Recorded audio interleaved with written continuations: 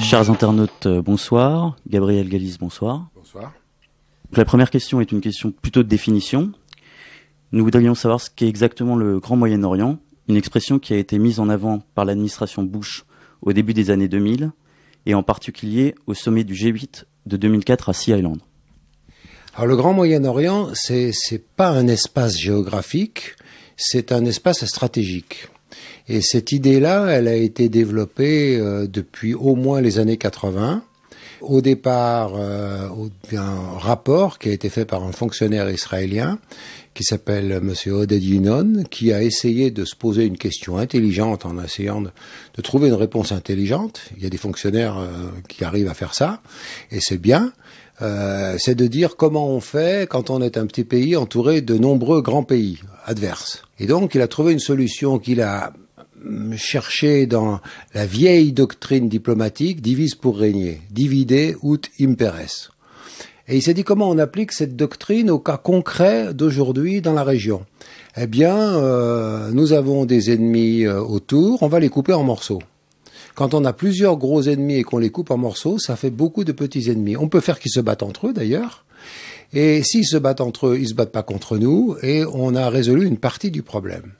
Donc ce plan a été un plan dans les cartons, il a circulé, il a été repris ensuite par les néoconservateurs américains. Certains think tanks des États-Unis faisaient d'ailleurs la navette avec Richard Perle entre Tel Aviv et Washington. Et petit à petit, on a vu que ce plan prenait corps avec les années Bush.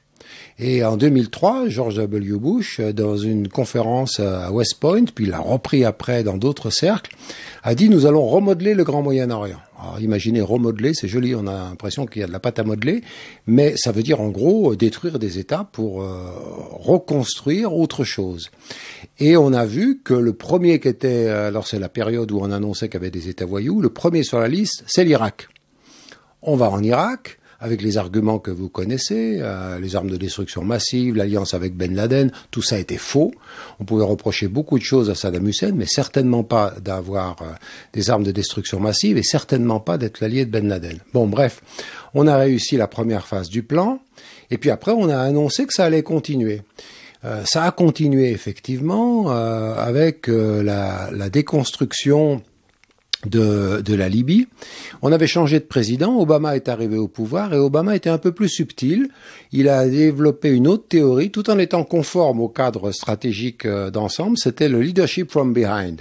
Leadership from behind, vous envoyez les copains faire le boulot et vous pilotez par l'arrière. Vous envoyez les AWACS pour faire le renseignement, les avions ravitailleurs pour alimenter les avions de chasse. Vous neutralisez les radars adverses, ce qui a été avéré d'ailleurs, c'est pas des hypothèses. Depuis, ça a été confirmé quel a été le rôle des États-Unis en Libye. Sachant qu'à l'intérieur du groupe démocrate, c'était pas tellement Obama qui était pour cette option-là, c'était les durs, les faucons du parti démocrate, dont Madame Clinton. Faut bien comprendre que les vrais faucons, ils étaient chez les démocrates et pas chez les républicains. Il y en avait chez les républicains, mais ce groupe-là, c'était le groupe Clinton. Et après, on a continué. On a dit, voilà, maintenant qu'on a fini en Irak, maintenant qu'on a fini en Libye, sauf que quand on a cassé la Libye, on a oublié que Kadhafi faisait la police au nord de l'Afrique. Tous les immigrants, c'était lui qui était payé par Frontex pour les reflouer au sud. Quand on peut plus les reflouer parce qu'il y a la guerre et le désordre intérieur, ben, ils traversent la Méditerranée, ils passent par les Balkans, enfin ils passent par où ils peuvent. Donc on a absolument créé des terroristes qui passent encore plus facilement, et des réfugiés. Maintenant, on se demande comment on résout ces problèmes-là. Le problème, c'est fallait pas casser les États. C'est-à-dire, si on casse les États, on met un coup de pied dans une fourmilière. Quand vous mettez un coup de pied dans une fourmilière, les fourmis, au lieu de vous en avoir dans un endroit, vous en avez partout. Voilà pourquoi on est arrivé à cette situation absurde. La Syrie a continué, on pourra parler en détail de la Syrie si vous voulez. Le Grand Moyen-Orient, c'est ça. C'est un espace de destruction créatrice pour arriver à faire sortir un nouvel ordre du désordre qu'on a soi-même créé. Merci beaucoup. Alors, justement, si on se place spécifiquement du côté syrien, nous voulions avoir votre avis sur le point suivant. Donc, dans un article du Monde qui date de décembre 2011 et qui était intitulé « Quel avenir pour le Grand Moyen-Orient ?» nous apprenions que le sort de la Syrie de Bachar al-Assad était scellé et que le pouvoir syrien serait renversé au cours de l'année à venir. Nous voulons savoir quelle lecture vous faites de ces lignes aujourd'hui que l'armée arabe syrienne a fait sa jonction avec les assiégés à Deir ez-Zor et progresse avec l'appui des Russes vers Mayadine. Je veux dire que le journaliste prend ses désirs pour des réalités, ça coûte rien, mais ça peut être contrarié par la réalité. Moi, ce que je trouve surprenant, c'est que après le départ de Bush, ce soit au sein de l'administration française qu'on ait trouvé des néoconservateurs. Ils avaient un peu disparu des écrans radars, ils étaient dans l'ombre, ils n'avaient pas fondu comme neige au soleil avec l'arrivée d'Obama. Ils étaient là, ils étaient encore, mais ils étaient plus aux premières loges.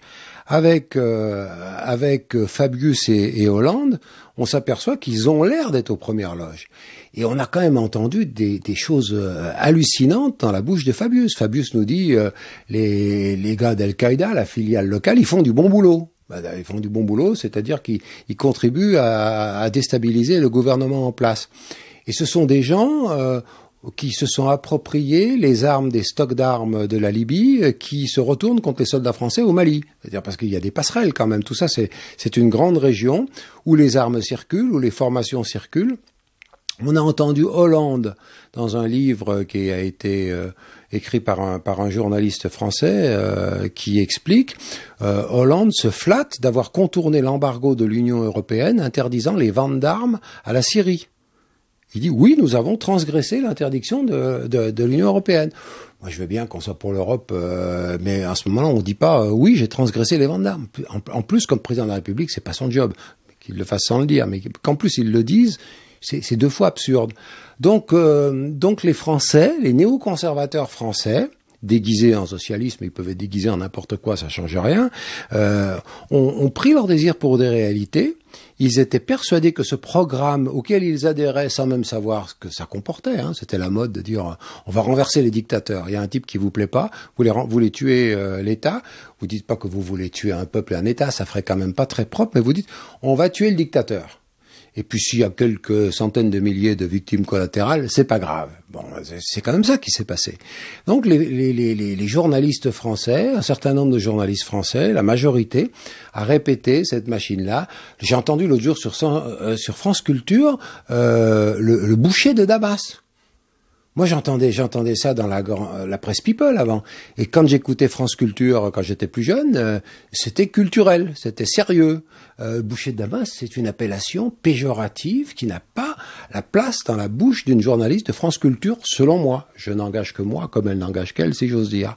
Voilà un peu où on en est dans la perte des repères de cette situation au Moyen-Orient. Oui, d'ailleurs, Fabius avait même déclaré que Bachar el-Assad ne méritait pas d'être sur Terre. Oui. Et en référence à ce qui est appelé les dommages collatéraux et tous les morts civiles qui sont engendrés, on se rappelle de l'intervention de Madeleine Albright. Je crois qu'elle était interrogée au moment de la Seconde Guerre du Golfe, et elle déclarait que finalement c'était pas si grave qu'il y ait eu 500 000 enfants qui soient morts. Après, elle a dit qu'elle regrettait ce qu'elle avait dit, mais enfin, c'est comme Madame Clinton qui avait dit Poutine égale Hitler. Elle l'a quand même dit, ça. C'est acté, c'est écrit, il y a des traces. Et puis après, elle a dit que c'était peut-être un peu exagéré. Bah oui, c'est pas possible qu'un secrétaire d'État dise des choses pareilles. C'est tout simplement dément. Mais on est dans un monde dément. Et le problème, c'est que plus c'est gros et plus ça passe, et que vous entendez autour de vous, dans vos proches, moi j'ai ces discussions dans mes milieux, pas simplement, vous entendez des gens de bonne foi, faut leur mettre les preuves sous les yeux, leur faire lire des quantités de livres qu'ils n'ont pas le temps de lire, pour leur montrer qu'ils se trompent, plus exactement qu'ils sont trompés. Quand vous entendez à toutes vos informations qu'il y a des méchants et des gentils, et que Bachar est méchant, que Bachar il fait ceci, il fait cela, quand vous entendez les commentaires sur Alep, bon, on dit Alep est détruit. D'abord, c'est Alep Est, c'est une partie d'Alep, c'est en gros un quart de la ville. Deuxièmement, on nous fait aucun reportage sur Mossoul. On nous fait aucun reportage sur le Yémen. Et apparemment, les dommages collatéraux sur Mossoul commis par les Occidentaux, français y compris, c'est assez grave. Et le sous-officier français qui vient de mourir quelque part au Levant, vous avez entendu cette affaire-là? les informations qui commencent à circuler disaient qu'il accompagnait des gens qui étaient en position d'éclairage pour aller informer les États-Unis qui essayaient de faire une opération pas forcément très claire. Bon, alors on dit il était au Levant, c'est quand même assez vague pour préciser la zone où il était. Il était probablement dans une partie de Syrie-Irak, probablement inavouable pour une opération undercover, que les contribuables français payent sans savoir exactement de quoi elle retourne. Voilà, moi, ce qui m'inquiète comme chercheur et comme citoyen français. Alors, si vous voulez bien, on va continuer autour du thème de la Syrie, mais on va s'intéresser aussi aux pays qui sont autour.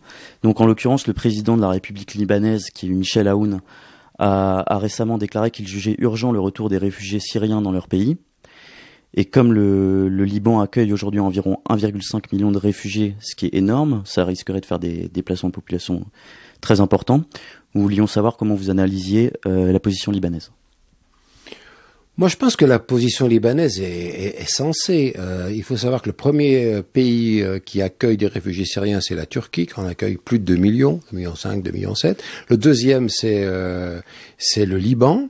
Que le Liban, il a déjà accueilli un paquet de réfugiés palestiniens. Il n'arrête pas d'avoir des camps de réfugiés partout. On peut pas avoir un pays fait de réfugiés. Bon, sans compter que dans ces réfugiés, il y a le meilleur et le pire. Vous avez les femmes et les enfants, puis vous avez aussi des infiltrés, des gens qui sont là pour faire autre chose.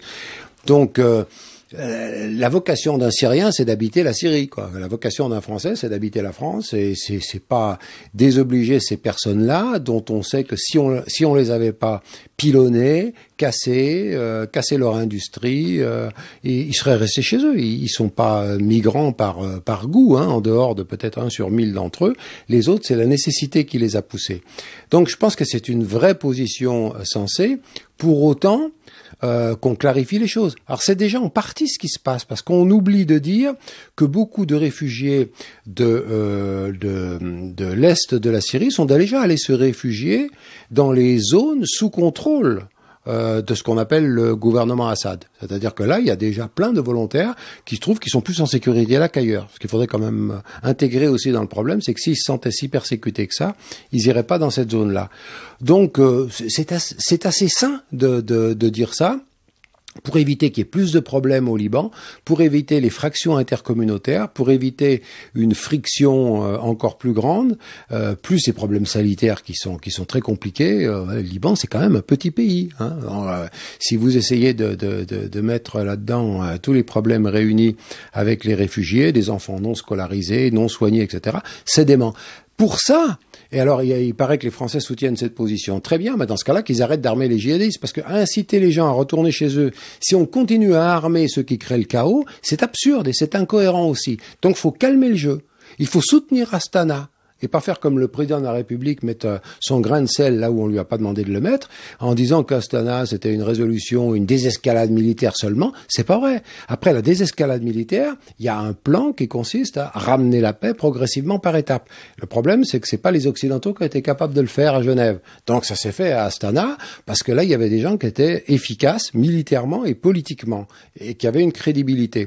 Donc je pense que le chef d'État français, il devrait commencer par rouvrir l'ambassade de France à Damas, et puis après se rendre crédible sur cette façon-là, avant d'essayer de trouver des solutions bidouillées et improvisées, en mettant sa petite note de différence, alors qu'il s'agit d'avoir une position massivement de soutien au processus de paix.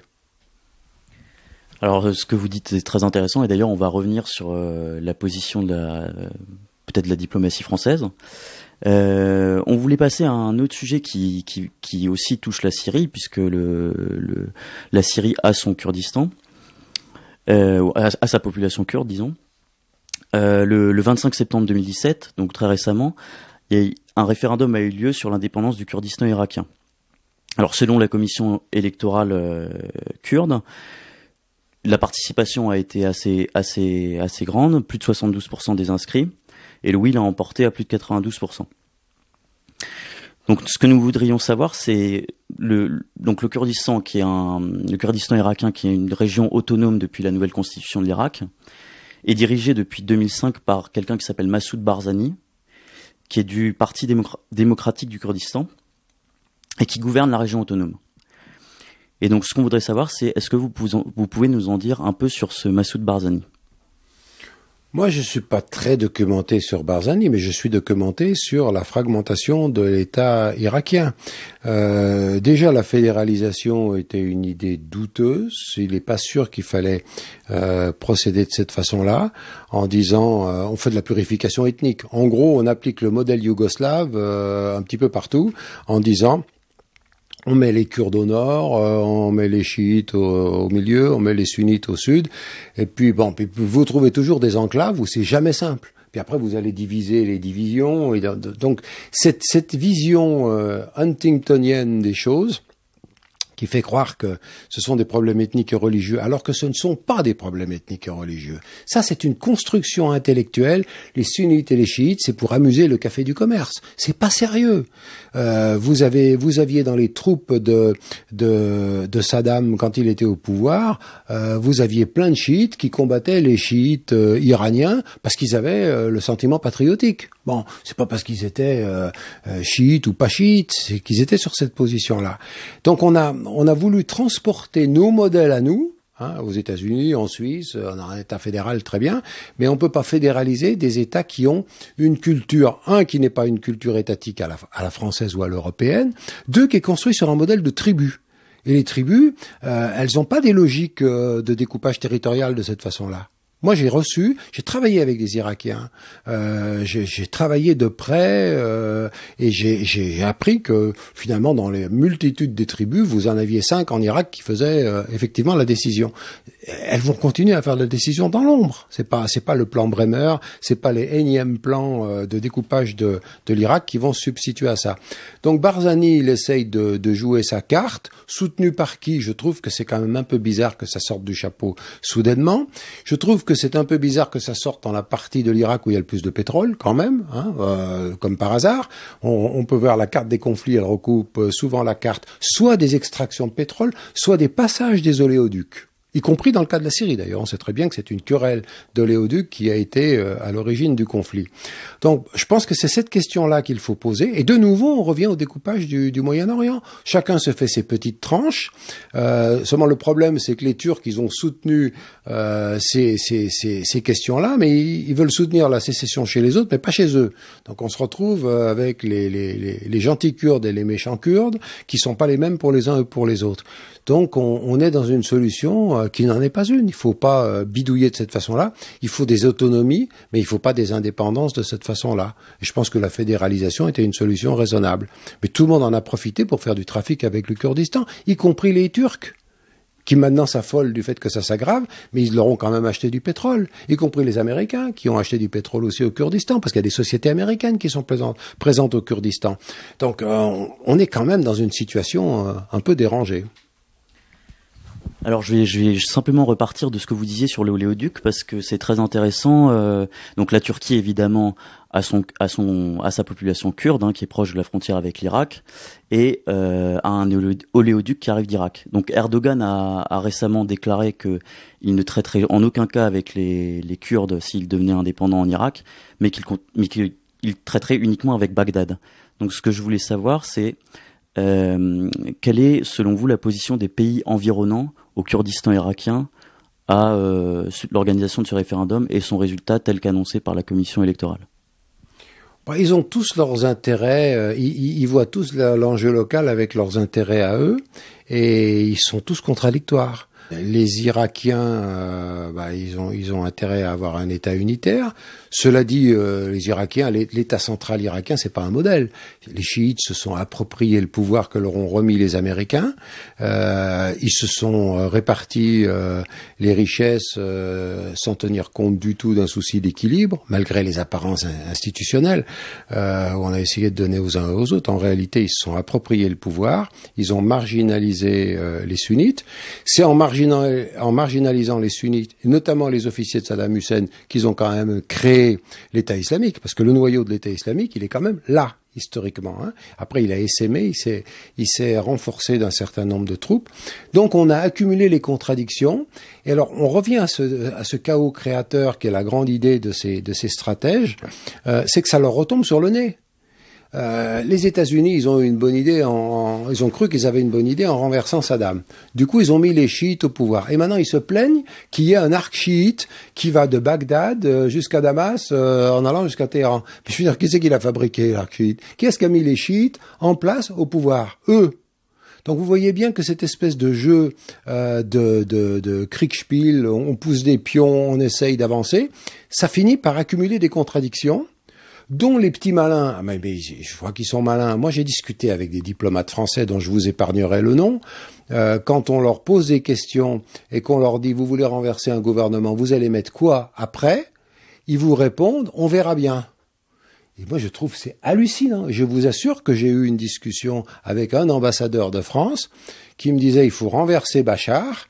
Je lui ai dit « Mais on a déjà renversé Kadhafi, on a vu le résultat. Monsieur l'ambassadeur, qu'est-ce qu'on va mettre à la place ?»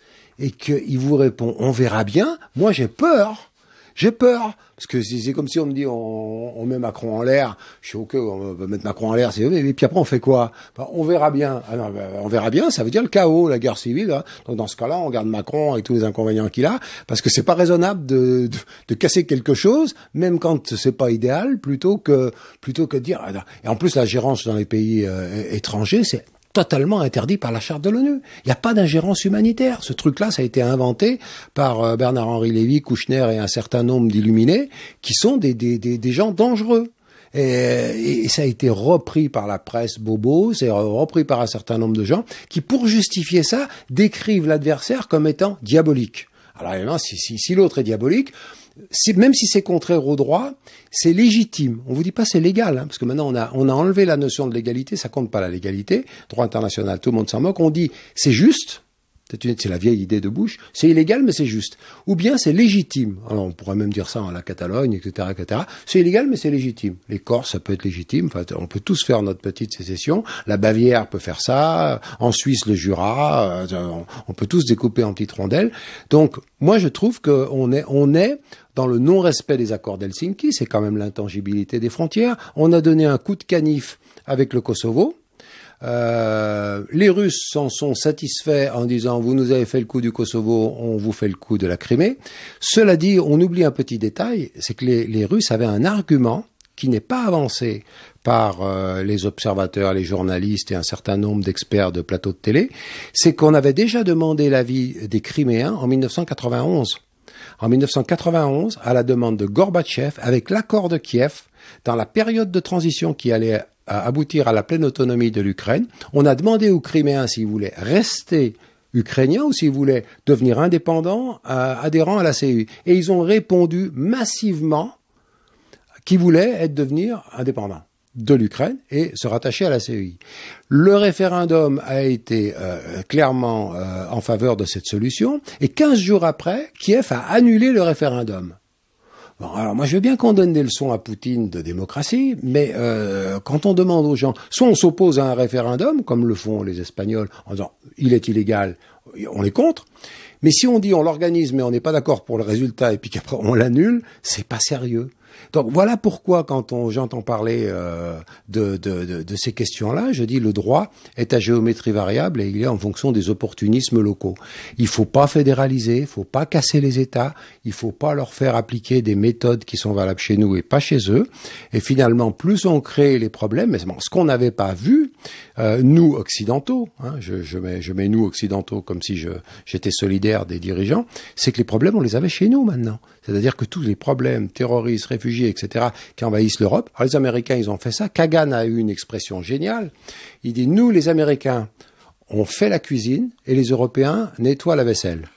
Bon, non mais rentrez-vous bien cette formule dans la tête. Hein. Non seulement ils nettoient la vaisselle, mais ils passent le balai, ils ramassent les plats cassés par le cuisinier, et puis eux, ils sont loin du théâtre des opérations. Ils peuvent décider de plus avoir de musulmans s'ils veulent. Bon, ça marche plus ou moins, il y a des recours juridiques, mais enfin, de toute façon, il n'y en a pas beaucoup qui arrivent, parce que c'est pas à leur porte. Donc les problèmes, on se les a créés, nous. Et maintenant, on les a, et on se demande si on les prend gentiment ou pas gentiment. Et moi, mon problème, c'est pas de savoir s'il faut les prendre ou pas les prendre, c'est de dire, fallait pas qu'on crée cette situation-là. Moi, chercheur pour la paix, je monte aux causes. Je dis pas il faut soigner. Si vous sautez par la fenêtre là et puis que vous faites mal en bas, puis vous dites Monsieur Galis, j'ai mal. Si monsieur, il fallait me demander s'il fallait sauter ou pas sauter. Si vous voulez sauter, c'est votre problème. Alors là, il fallait pas commettre ces erreurs-là et on les a commises. Et maintenant, on nous dit comment on les soigne. On va les soigner mal, dans de mauvaises conditions, en y mettant des décennies. Voilà pourquoi je pense qu'il faut poser correctement les problèmes, qu'il faut écouter les chercheurs avant d'essayer de faire du bidouillage institutionnel ou de se faire plaisir en ayant des solutions à courte vue qui nous retombent sur la figure. Merci beaucoup. Je voudrais juste rappeler 2-3 petits éléments pour nos auditeurs suite à ce que vous avez dit. Donc vous avez parlé de Bernard-Henri Lévy. On l'a vu notamment s'afficher aux côtés de Barzani le jour du référendum, il me semble, donc le 25 septembre. Autre chose, c'est que vous parliez de la création de l'État islamique. Je voudrais juste rappeler pour nos internautes que, effectivement, l'État islamique est né, a été construit par des anciens officiers basses du régime de Saddam Hussein depuis la prison, disons, qui sont passés par la prison d'Abu Ghraib en Irak. Et puis le troisième élément dont je voulais parler, c'est peut-être qu'il peut être intéressant pour nos internautes d'aller voir les cartes qui avaient été créées par Ralph Peters. Je me rappelle plus exactement dans quel magazine ça avait été diffusé, mais c'était aux alentours de 2006, il me semble. Donc Ralph Peters étant un lieutenant-colonel de l'armée américaine. Donc Gabriel Galis, il nous reste à vous remercier d'avoir accepté notre interview et partager votre analyse avec nous. Chers internautes, nous vous invitons également à prendre connaissance de notre interview écrite de Michel Rimbaud, de début septembre, sur le discours au corps diplomatique d'Emmanuel Macron, sachant que Michel Rimbaud est un ancien ambassadeur de France qui a exercé en Mauritanie, au Soudan et au Zimbabwe. Il est également l'auteur de Tempête sur le Grand Moyen-Orient, qui a été publié aux éditions Ellipse. Gabriel Galis, nous espérons que nous aurons de nouveau l'occasion d'échanger avec vous, et que l'information que nous diffusions grâce à vous aidera à sa manière et modestement au maintien de la paix dans le monde en général et au Moyen-Orient en particulier. Merci beaucoup et au revoir.